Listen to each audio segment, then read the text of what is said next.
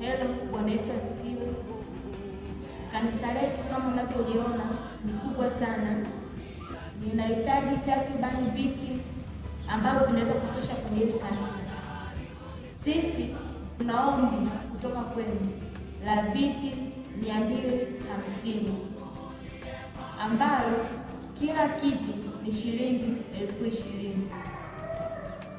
Kama taasisi, makampuni, mashirika tofauti mnaotufuatilia na unayesikiliza video hii, hata mtu mmoja, kiti kimoja kama alivyosema mke wangu kinauzwa 20,000.